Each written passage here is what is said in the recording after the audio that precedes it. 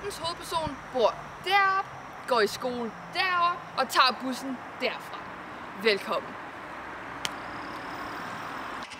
Aftens hovedperson startede allerede sin karriere som meget ung på forsiden af Aarhus Stiftstidende, blev senere Bilka-model og har i dag flere 100 likes på sit seneste Instagram-billede.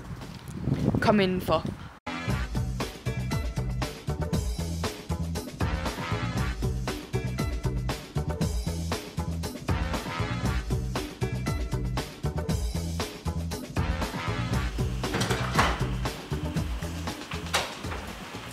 Kom indenfor. Tak.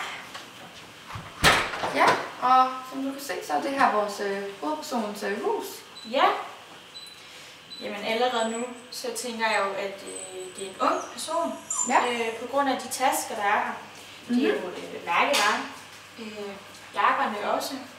Så ja, Ja, men der er allerede noget der. altså ud fra det her, så kan du så også se, at hovedpersonen bor sammen med flere mennesker. Kom indenfor. Så tak. Ej, der er det godt nok lidt her. Ja, hvad tænker du om det? Det kunne umiddelbart godt virke lidt som sådan lidt midaldrende kvinde, tænker jeg. Men Ja. det er svært at sige. Vi kan jo prøve at gå videre indenfor, så kan du prøve at se. Yes.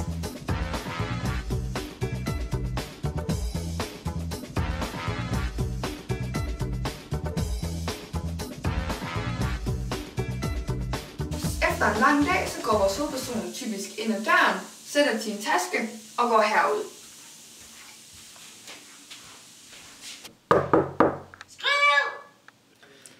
Vi kommer lige tilbage lidt senere.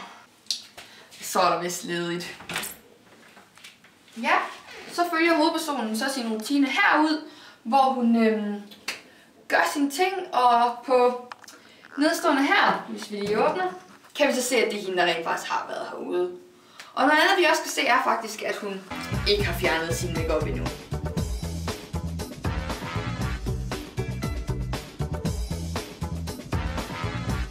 Så er vi så nået til aftens første spørgsmål, Ja, og det har noget med aftens hovedpersons forhold til dyr.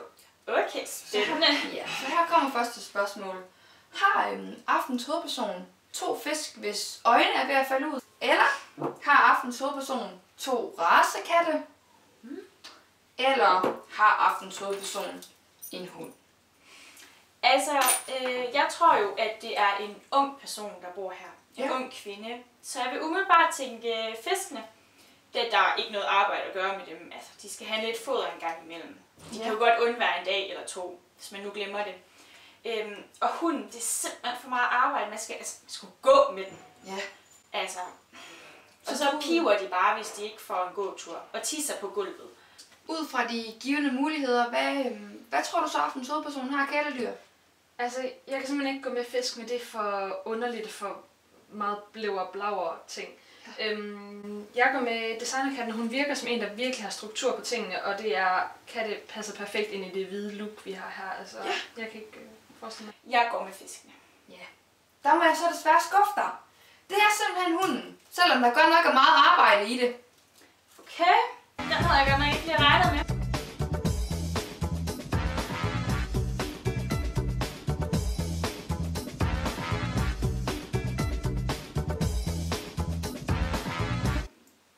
Vi er så nået til aftens andet spørgsmål, som har noget at gøre med, hvad vores hovedperson gør, når hun ankommer på sin final destination, som er hendes værelse. Tømmer hun skraldespanden? Ser hun julekalender året rundt? Eller går hun tur med hunden? Hunden, den udelukker jeg med det samme. Det har hun simpelthen folk til at gøre. Julekalenderen, det tror jeg bare ikke, hun har tid til. Jeg tror, hun er sådan en, der har orden. Alting skal bare være helt i orden, så hun tømmer selvfølgelig skraldespanden. Det gør hun. Ja. Hvad tænker du? Altså, jeg tror, at hun har ikke tid til at tømme skraldespanden. Julekalender, det er hun simpelthen for gammel til. Så jeg tror, at hun går tur med hunden. Ja. Der må jeg simpelthen skuffe dig. Hun får mor til at tømme skraldespanden, far til at gå med hunden, og så sætter hun sig simpelthen i sengen og ser julekalender året rundt.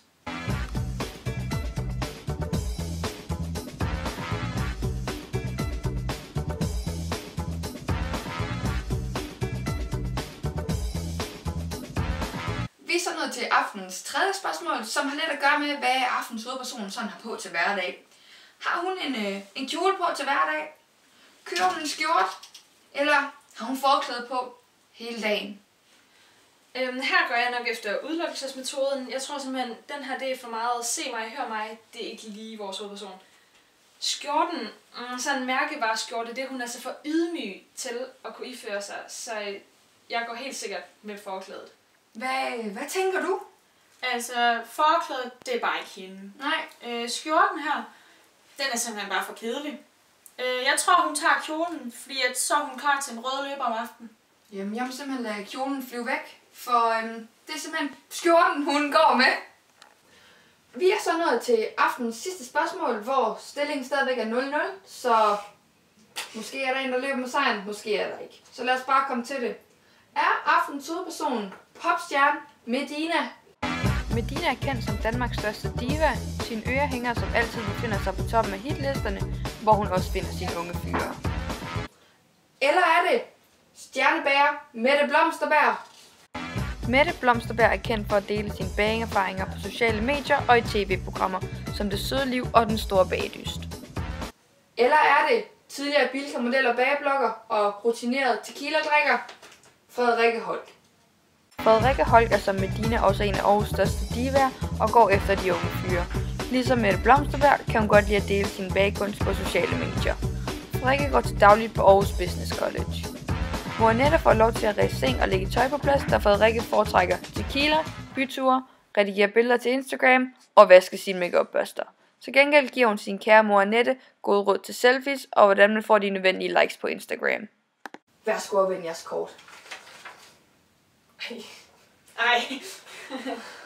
Ja, stillingen er så desværre stadigvæk 0-0, for aftens hovedperson kommer her.